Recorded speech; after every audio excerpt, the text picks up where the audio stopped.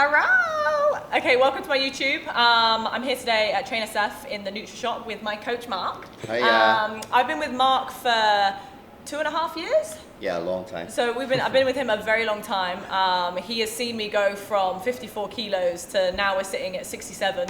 And today we're just having a discussion. I want to share some of Mark's knowledge and also put a point across on how females shouldn't be scared of eating, and we shouldn't always be in the diet phase. And when I came to Mark, I was on very low calories, probably like between 1,000 to 1,200 calories, very, very lean, but in an unhealthy way, to the point where I would be scared of food, not let's say in an eating disorder way, but more paranoid if I'd eat certain foods. Yeah. So at the time you had an issue with gluten. You didn't eat gluten. You Yeah. were afraid to eat bread in your diet.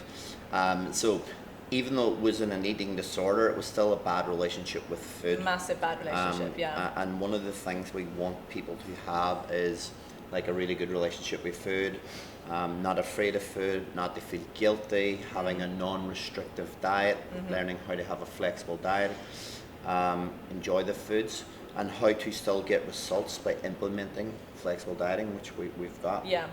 So it's got to the point now where, if I wanted to go off diet, I can, as long as it fits within my calorie range. So we came from like 1,200 and now we're sitting at 3,000. And this has gone throughout like 2.5 years where I've been at like dieting, like I've been bulking, and then I've been cutting for a little bit, but I've never been below like 1,700, right? We never got below. So a better way to put it is like we do things in different phases. So we've got that initial fat loss diet phase, where when you start a diet, you'll start on a certain amount of calories, and yes, over time you will need to decrease those calories to a certain point. And this is for fat loss. This is for fat loss, yeah. Because if you start a diet on a certain amount of calories, you get a thing called metabolic adaptation, and over time calories need to decrease. But we don't want them decreasing to a point where it's too low or too drastic. Biggest amateur mistake I see is if someone's on a diet, they're losing fat, is someone keep continually cutting calories. Yeah. So there's some stages we had you on the same calories for 3 or 4 weeks without having to drop. But then the most important thing is to make sure like you've got a specific time for that diet. So we might just say like we might have a diet phase from 8 to 16 weeks. I usually don't like going over 12 weeks.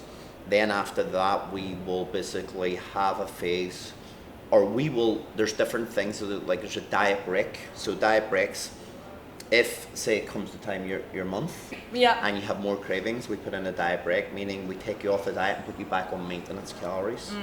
So that'll stop you binging. Now this is the problem, people go on diets, lost weight, then as soon as the diet's over, eat, which is, and put all the body fat back on. And I find that they put on more body fat as well, because their body's so used to eating a certain amount of calories that when they overconsume, your body's like, it's just that they're just craving food again, so they eat in a calorie surplus and put the fat on. And then this creates, as we spoke about earlier, a diet binge mentality. And this is where the whole problem starts. And the problem where I've actually seen females get to the point where they had actual eating disorders. So what we want to do is, after the diet phase, we implement diet breaks during that. And then after the diet phase, what we do, so say for example your calories at the end of your diet came to 1,600. So then we did a refresh diet. So what a refresh diet means is we slowly build the calories back up to maintenance. Now, you don't have to, you can go straight back to maintenance. But psychologically, it's a really good way to do it, because females are afraid at the end of the diet, oh shit, I'm going to put on more fat again. So if we can slowly creep back up the calories, and sometimes in the first 2 or 3 weeks of a refresh diet, people continually lose fat. And we've seen that because some of the clients that I've trained.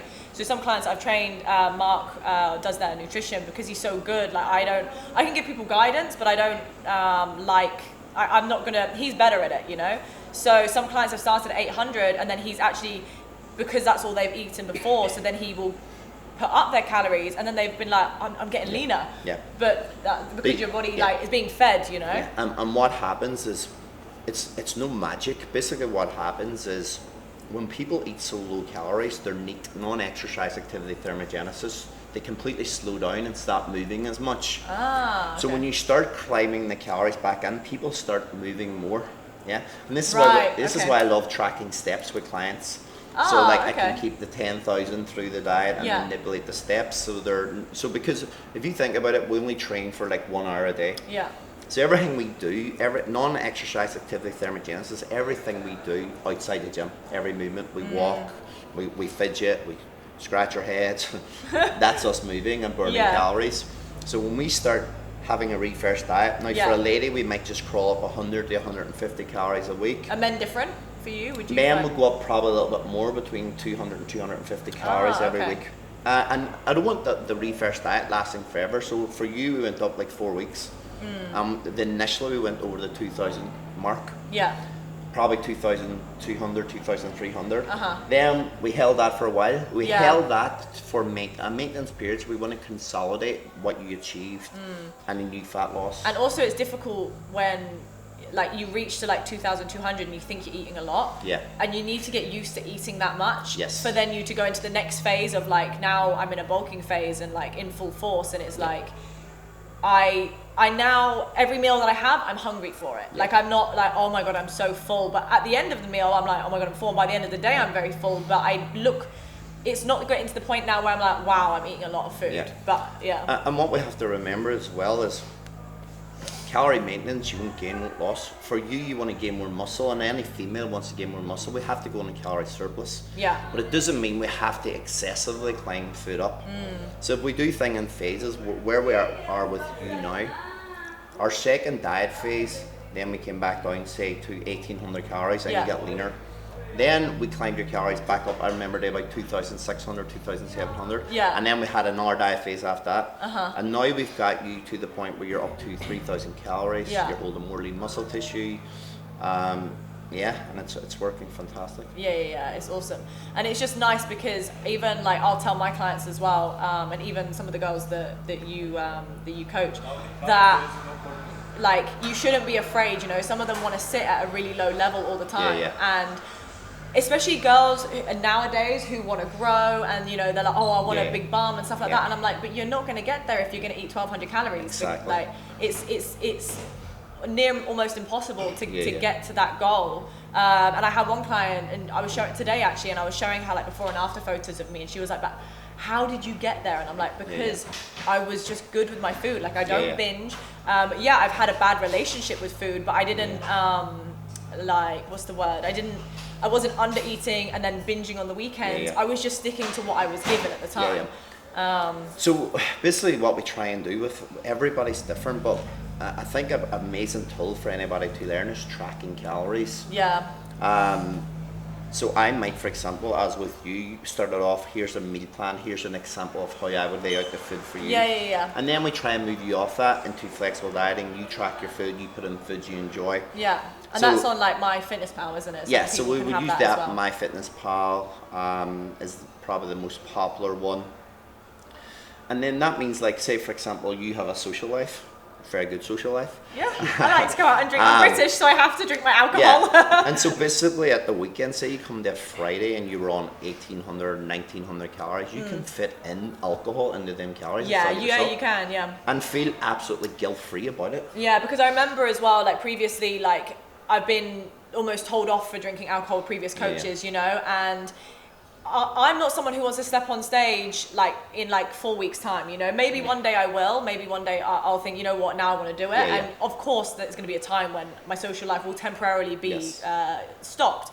But for someone who wants to go out and enjoy, it's nice that you give someone that variety, because I never feel like I'm dieting. Yes, I'm eating a lot of food because I know what my goal is, but even when I've been cutting, I don't feel like I'm deprived of food, you know. And another thing is that you understand that, you know, females especially, we get cravings, we become emotional sometimes, a lot of the times, and we need that food, we need that craving sometimes, and you don't say like, oh my, how dare you, like, you know, you shouldn't be doing this. You know, you're very understanding, which is a point of that. I've been doing this so long and working with so many clients throughout the years, and I remember when I started with Body Type Nutrition as their body composition specialist, coach, and contest prep coach, and that went up on the site, and then there was all different experts, different things. I tended to get all the females with the issues, who were on diets, were on super extreme low diets, put all the fat on. So I long back then I got that, and then from that point I realized, it's the psychological aspect is far more important than the physiological 100%, part. yeah. So we need to make sure with each individual client we find what works for them. One thing, like some people may need slightly more constraints or restriction at certain times. Yeah. But if they're at breaking point, then it's time to implement things like diet breaks, have a break off your diet for psychological break, and some physiological advantages to that as well. So yeah, I think everybody's individual, but with the right coaching, I always feel that every single person can achieve where you are now. Yeah, great 100%. Relationship with food. Yeah, like now, like I know as well, like if I, like after this, I'm gonna go and eat Nando's, like I'm not gonna, I'll get what I have to. If I went over, it's okay, but then at the same time, like I can also, like I'm not gonna eat my food prep as well, you know. I mean, I probably will because I've got so many meals. I've got so many calories to eat, so that's my advantage. But also, when you talk about that, there's like amazing strategies people can learn, like calorie cycling. So say, for example, you went over your calories, you went 200 calories over, then the next day you can take them 200 calories out. Yeah. Especially if you're in a fat loss phase. Oh, yeah, 100%. So like there's so many this is the problem. We need to find each individual and find a blueprint that works for them. Yeah, for them. And psychologically is a healthy way for them as well. Because people are so different. Like you'll meet one person and they'll be really easy and they'll stick to it and they're not gonna like fuck up. But then you'll get some people who it's just too much. They'll constantly come back to you and be like, I think it's too high. I need to bring it down. It can be tough. It's not easy because you have to remember, a lot of clients that come have years and years of frustration from this diet binge mentality. And they see things on the internet like the keto and my thing and it was gluten, I can't touch gluten, can't touch dairy, I was so gluten free, and I was going through a phase at the time when I had stomach issues, and maybe that at that moment in time I had to remove that type of food, but now that it's fine, I eat it and I don't have an issue, like it doesn't bother me. I have clients who have got issues, but mainly it's like starting off an elimination process, like low FODMAP diet, put in the right foods, start and see who they are, and then put the foods back in. And then another most important thing that just came to my head for most clients is when they have years of frustration and the diet binge mentality, they develop habits and behaviors that aren't too good. So the most important thing for me as a coach is to help clients develop better habits and behaviors. So what you're doing and how you're eating and putting this out in video and showing girls is good for these girls to hear this, so they can they know, right, there is a better way. But definitely habits and behaviors and helping creating better ones is a very important part of the. And what example would you give in terms of like what have you experienced before? So the most important thing is when someone comes with bad habits and behaviors, they need a massive amount of accountability and support. So people might see their trainer 2 or 3 times a week, where I might have some of my female clients check in or WhatsApp me or phone me every single day. Oh wow. Yeah, because they come to the point where they like emotional eating, they want to overeat, and then just a matter of one text they might say, all right, okay. You're like almost a counsellor, you know what I mean? In a way, in a way, with everything. But yeah, as I say, like, and then over time when you teach them strategies, which is part of the habits and behaviors, and then they just come in a place where they can become independent on their own. Because at the end of the day, if we stop working together, you've got it now. We've worked together. Now your habits and behaviors are in a different place. 100%. Than they were when we started. And I have some people who are in a really, really bad position starting off with me. And like within 6 to 8 weeks, they're like a different person. Yeah, it's because you change your mindset, isn't it? Like, I remember the first time you were like, try oats or something, and I was like, but oats has gluten in it. And I was like, I remember eating it, and you're like, just tell me how you feel, like, it's okay, you know. The problem is like a lot of people think, oh, I have an issue with gluten, and they go out and eat a full pizza. It's not the gluten, it's if you eat a full pizza. It's because you've eaten a full pizza, So like what I want to do is, and what I do with you is slowly incorporate the foods back in, and we rebuild your trust in food. And it definitely works, because now like I eat, like anything I eat, like I don't feel guilty at all. You know, when I'd eat gluten, I remember I'd sit there and like pinch myself and be like, oh my God, am I gaining fat? And I mean, especially when you're bulking anyway, you're going to gain a little bit, but... Yeah, and the thing with females have to remember as well, you fluctuate in water so much. Especially around the time of the month, and we just have to make people realise, look, it's not body fat, it's water. Yeah. Water you get up on and coming back down, and then say at the weekend you had a meal in your calories, like a high sodium meal, and you hold water the next day. 2 days later, it's gone. Exactly. So exactly. When people start understanding the science and the evidence behind it all, and understanding the process, then they become more aware that these things are okay and just part of the package. And I've seen that as well with some clients, that they over time they start to understand their body more, and they become way more relaxed with food. And they just, once they let go of that stigma, they then start seeing results because they're like, oh, like it actually does work, because they trust the process. Whereas right now it's all about no gluten or the keto diet or sticking to this diet, no carbs. It's like every fad you can think of, a quick fix. And it's completely understandable when you have females, and even so much men today as well.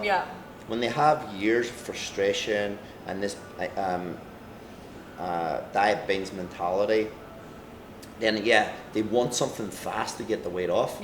But it's important to make people have the mindset, look, this is going to take you time. It took you 2, 3, 4, maybe more years to put the weight on. So it's going to take you a number of months to take it off. Of course, But as long as you're seeing some type of progress, they're developing a better relationship with food. Because sometimes it physically might not be as quick as they think, but mentally it could also be. Mentally it could be quicker. You know, it's the same with when people train. Like they might not see results quickly in terms of their body, but they see their strength going up. Like quicker in terms of that. So like a really important thing is when you're working with a client, and as you know, is like we're using different variables to track progress. So we're going to go like, how's your strength going in the gym? How's your sleep at night? How do you feel in clothes? Because that's also different as well. Like even sleep improves. Like when you start eating more, you know, and you start actually having a better relationship with food, and you're like, some people I know can't sleep properly. It's probably because they're just under calories. You know, they're probably not. It's just they're like their nutrients not right. They're too stressed out. One of the massive things, and we see it all the time, is females constantly battering their body with circuit-based training. They go and do this circuit class, and they go and do this spin class. Because they think they're like. And it's just completely sending their stress through the roof, and then they're under eating. So cortisol is high. So the thing with cortisol, it's a stress hormone. It will not stop fat loss, but when cortisol is high, you're going to get a lot of water retention, which will mask fat loss. But at the end of the day, there's some clients like I said, now's not the right time to diet. We need to do a refresh diet, build your calories up, because they're too stressed. And even though cortisol might not like stop fat loss, but when cortisol gets to a chronic level, then we're having like health issues, thyroid issues. And this is things we want to get away from. And try and avoid that rather than... Because at the end of the day, it's not just about fat loss, as you know, it's about optimal health. And optimal health, psychological health. And this is for like lifestyle people. This isn't people who want to go on stage. It's like general population people. The thing with people who do prep can be very extreme. General population people don't need to do this. Now, prep clients can be taught a better way, and make sure you refresh diet after. But general population, like, it's vitally important that we do everything not to extremes. Because it makes them have a better relationship with food. Because these whole things about fad diets and keto, it's restrictive eating. And it's scientifically proven that restricted eating can have the worst negative impact completely compared to versus flexible dieting. And it's actually because proven. Then you sit there and like you'll be at dinner or you'll go to the supermarket and you'll be like, but I can only eat. I remember like ages ago, this is before we worked together, I'd sit at a restaurant and I'd ask them what oil they use. And I'm like, what oil do you use? How many grams? Can you please make sure it's only this many grams? Like that is too extreme for someone who wants to just look good every single day, you know? Like it can get like so. Like when you're coaching people, and even when you're coaching ladies, like you have to direct them in the correct mindset. Or it can get to the point where it's obsessive, and that's not what we're trying to do. We're trying to make it like an enjoyable venture where they learn the process. And then they see results and they're like, oh my God, I love this. Like, it's so nice. Once they do it, like once they're 6 months in, they never want to stop. They realize, look, you don't have to be running around a gym, huffing and puffing, sweating, and doing burpees. You can lift weights, get stronger, look sexy, and get your nutrition right, and eat foods you enjoy as well. So the flexible dieting is like eating 80% one ingredient food, 20% you enjoy. So like in theory, if you want the chocolate, you can have chocolate every single day and fit it into those calories and still be super healthy. I remember when we first started, I was like, I love my chocolate, and now I don't even have cravings because my food, like I don't miss meals. I tend to find that people have these cravings always around 4 p.m. or like 3 or 4 p.m. And I'm like, but what did you have? And they're like, well, I had a coffee in the morning. And then I had like a banana at 12. And I was like, so, and then you had like this binge at like 4 p.m. of so it's just a matter of like, controlling blood sugar. Which is huge like, as well. This is sometimes my issue with people think intermittent fasting is magic. It's no better than any other diet. It creates a calorie deficit, and that's it. But the thing is, if I went to not eat until 12 o'clock, I would be ravenous. Oh my God, I'd be And the thing is, what do you want to do when you're hungry? You like, never mind that salad or that chicken or that rice. I want to eat a burger. Give me a burger. Give me like chocolate, sweets, everything. So the most important thing is like, and this is why I like starting with an example meal plan is, look, we're going to put some carbs, protein, a little bit of fat in this meal, and this is going to control your blood sugar, so then they don't have a blood sugar dip in the mid-afternoon, and then they want to eat everything. So it's just important part of the education. And another thing people shouldn't be afraid of is carbs.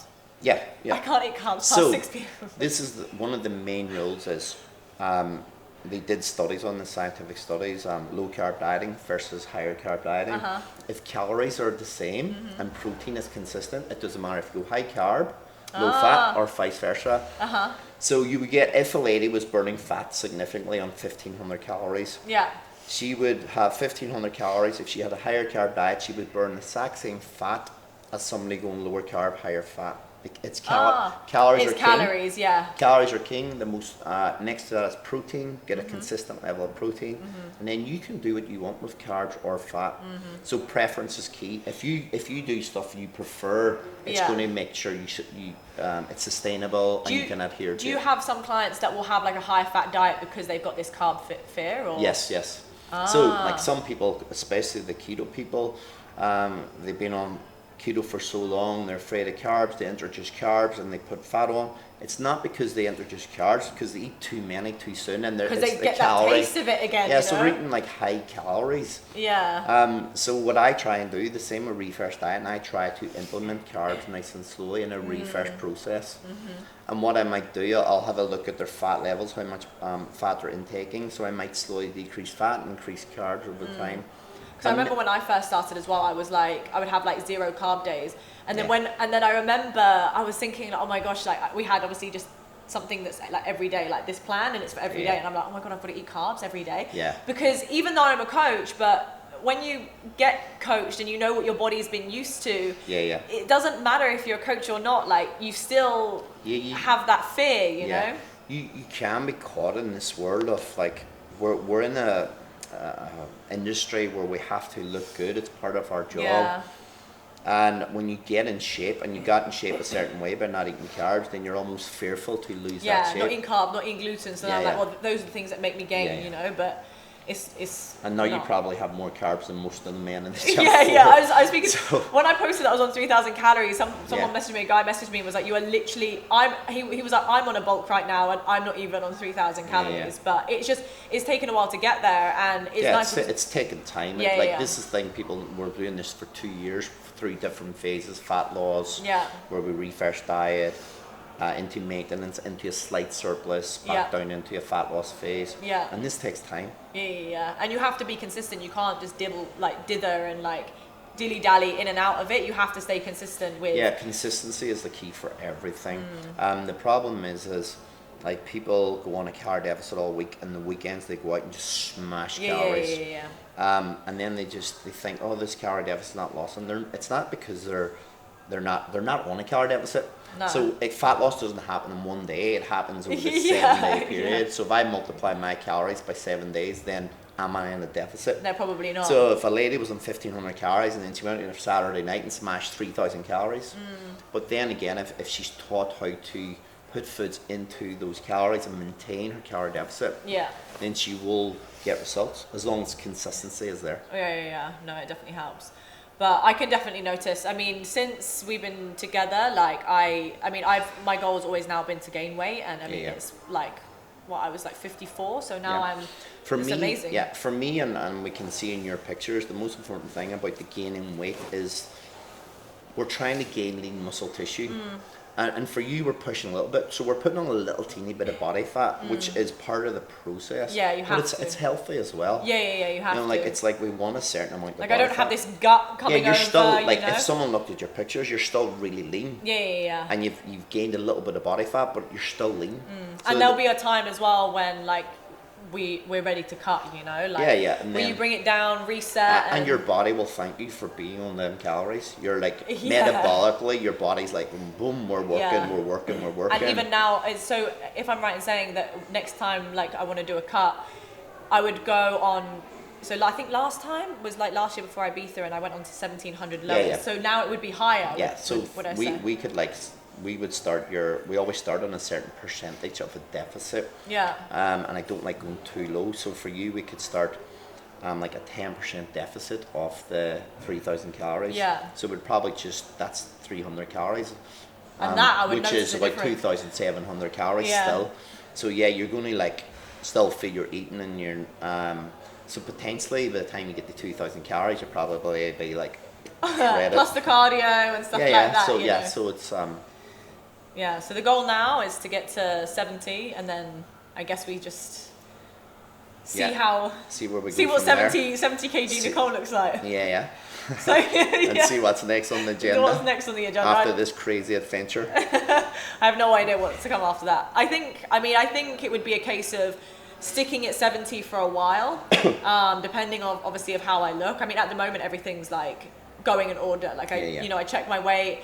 And the other day I tagged you and I was like 67, because I measure at night time. I measure both. I measure morning and night. Just to see how it is going. And now in the evenings I'm reaching 67. Cool. So, and that's been, I was like, 64 at the start of the year? So and that's just the right amount of gain to ensure we're putting on lean muscle tissue without putting on too much body fat. So there's a correct way and an incorrect way.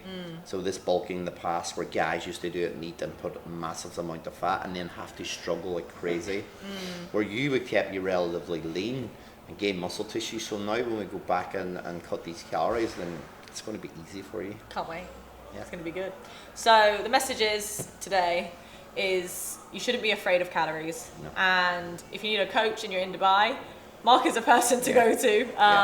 You can take it from me, and you literally coach half the people in the gym as well. I've been through a lot. I've done a lot of contest prep. I'm trying to veer away from contest prep. The last 20 years are probably every type of individual, every type of clientele I've worked with, whether it be elite athlete, contest prep, general population.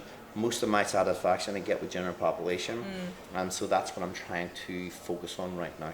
It's probably, and it's also nice because I don't know whether or not it's harder to train contest prep people, or it's actually easier to get a lot of contest prep people in shape because they're used to being a restrictive diet, and they don't mind like suffering a little bit. Where you've got normal general population people, we don't want to push them to extremes for the sake of fat loss, because they've been through a million fad diets before. That's true. And we want to get them away from that. So and just different factors, how much activity they do, genetic factors come into play with each individual. That's true.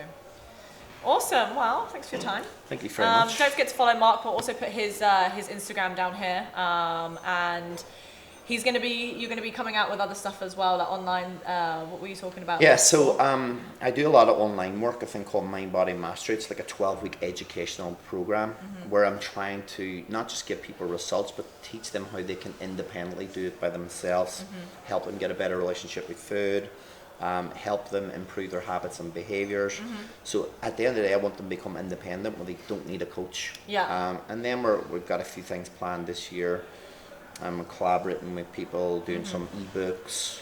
We're going to try and get him talking on camera more often as well. Yeah, and I'll be doing this a lot more often. I'm actually a caveman when it comes to camera, but I'll get there. Yeah, awesome. Okay, so don't forget to follow, subscribe, and I'll catch you guys soon. Thank you.